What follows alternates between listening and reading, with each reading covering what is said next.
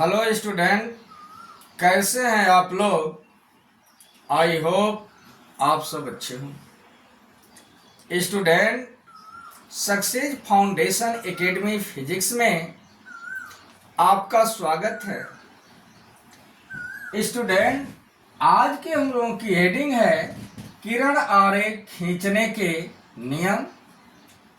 English होगा rules for drawing रे diagrams.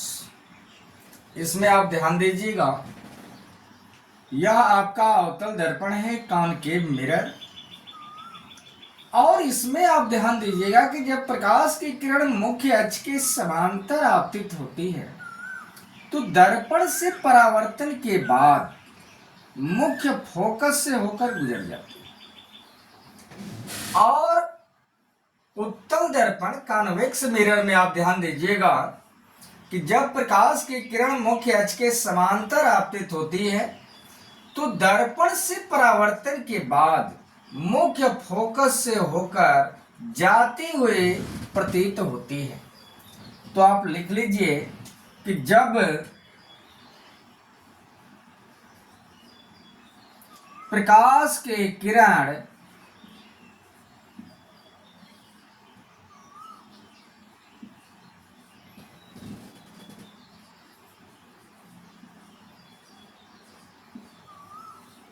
मुख्य अक्ष के समांतर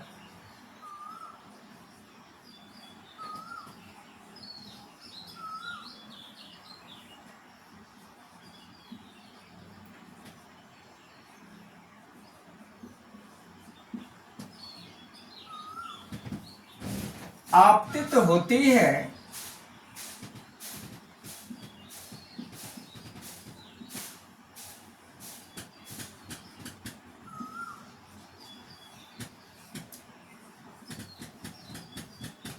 तो दर्पण से परावर्तन के बाद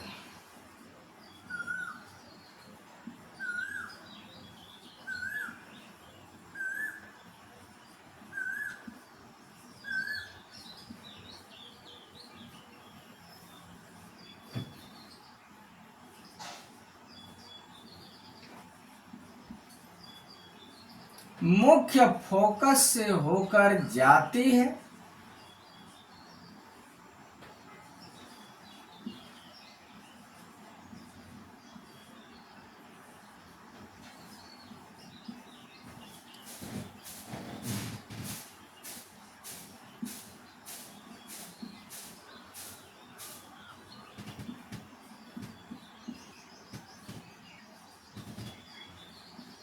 कौन सा दर्पण होगा?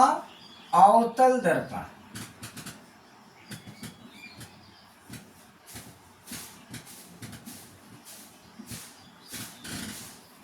अथवा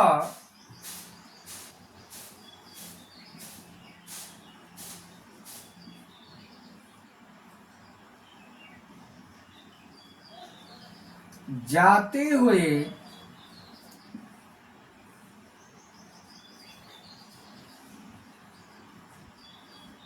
प्रतीत होती है।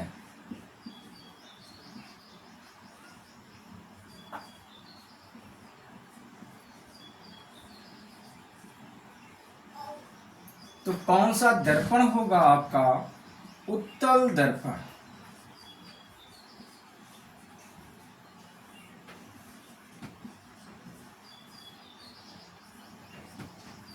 तो ये पहला रूल आपको याद हो गया होगा कि जब प्रकाश की किरण मुख्य अक्ष के समांतर आपतित होती है तो दर्पण से परावर्तन के बाद मुख्य फोकस से होकर जाती है तो अवतल दर्पण में, अथवा जाती हुई प्रतीत होती है तो उत्तल दर्पण में। यह आपको समझ में आ गया होगा। इसके बाद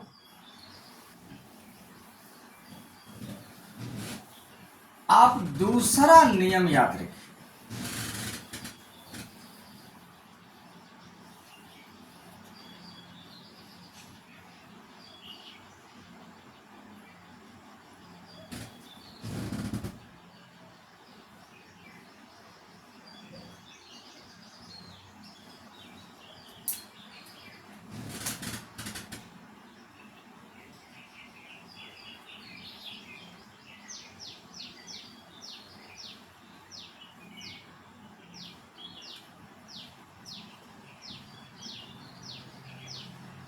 केवल बाबू आप तीर बस बदल दीजिए।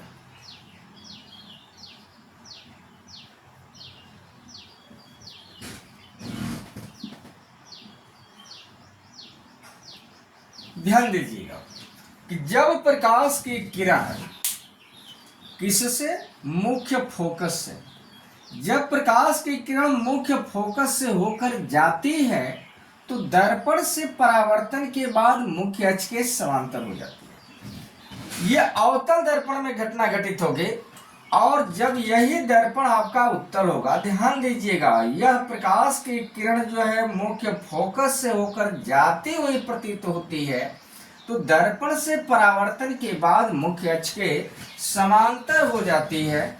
तो नंबर 2 आप लिख लीजिए। जब प्रकाश की किरण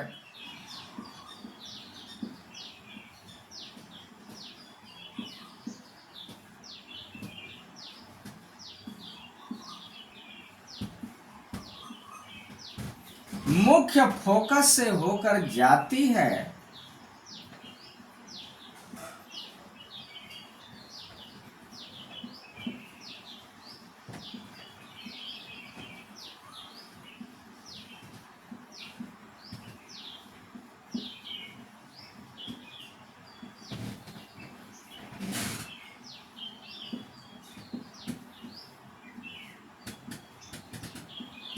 तो कौन सा दर्पण होगा, अवतल दर्पण।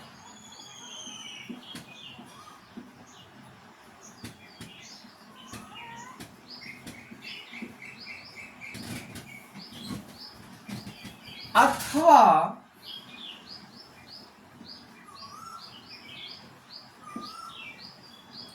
जाते हुए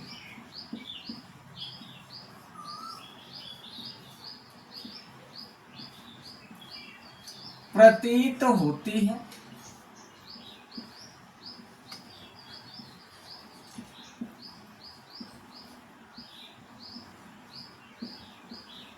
ब्रैकेट में उत्तल दर्पण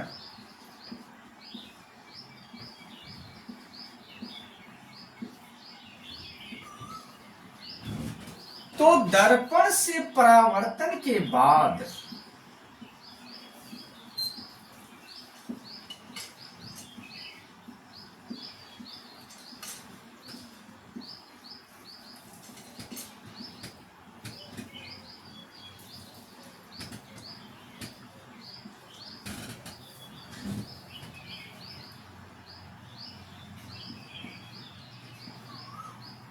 मुख्य अक्ष के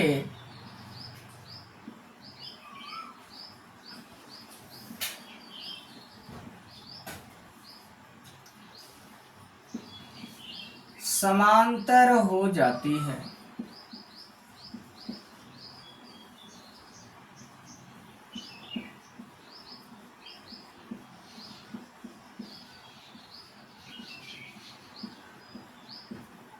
यह दूसरा नियम आपको समझ में आ गया होगा कि जब प्रकाश की किरण मुख्य फोकस से होकर जाती है तो दर्पण से परावर्तन के बाद मुख्य अक्ष के समांतर हो जाती है।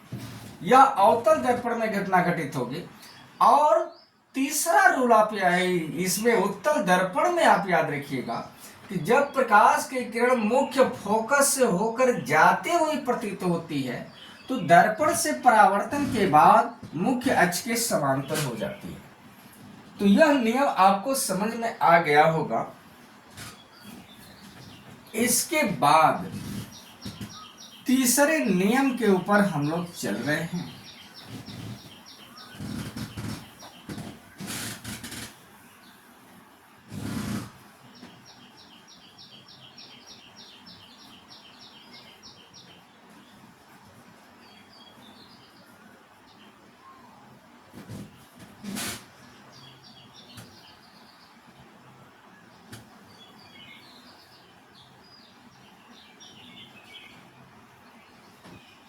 आप ध्यान दीजिएगा, जब प्रकाश की किरण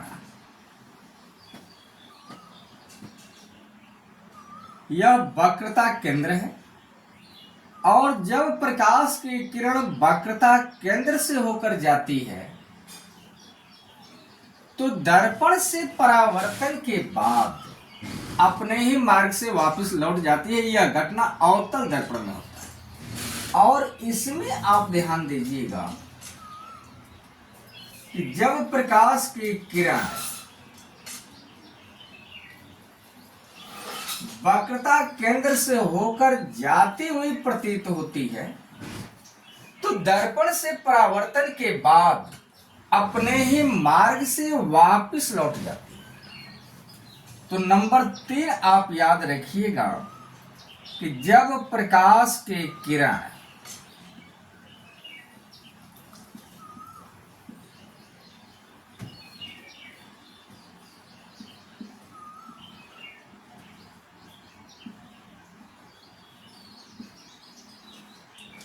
वक्रता केंद्र C से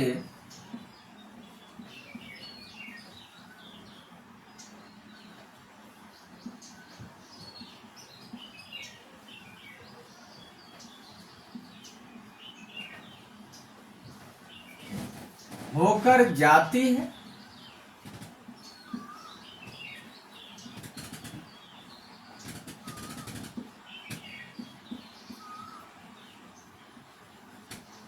ब्रैकेट में कौन सा दर्पण होगा? अवतल दर्पण।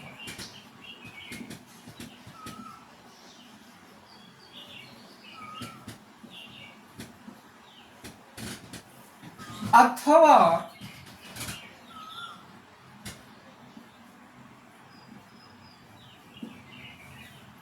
जाते हुए प्रतीत होती है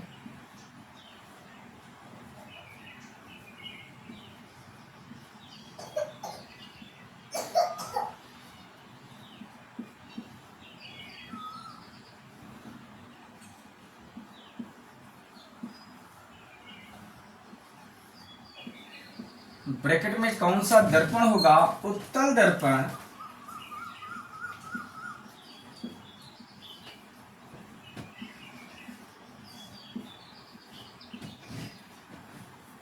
तो दर्पण से परावर्तन के बाद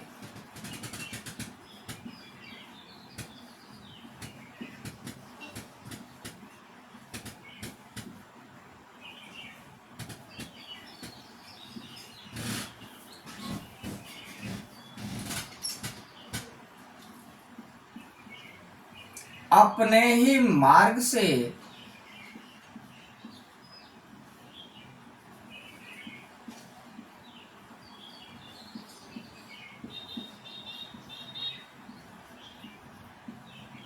वापस लौट जाती है।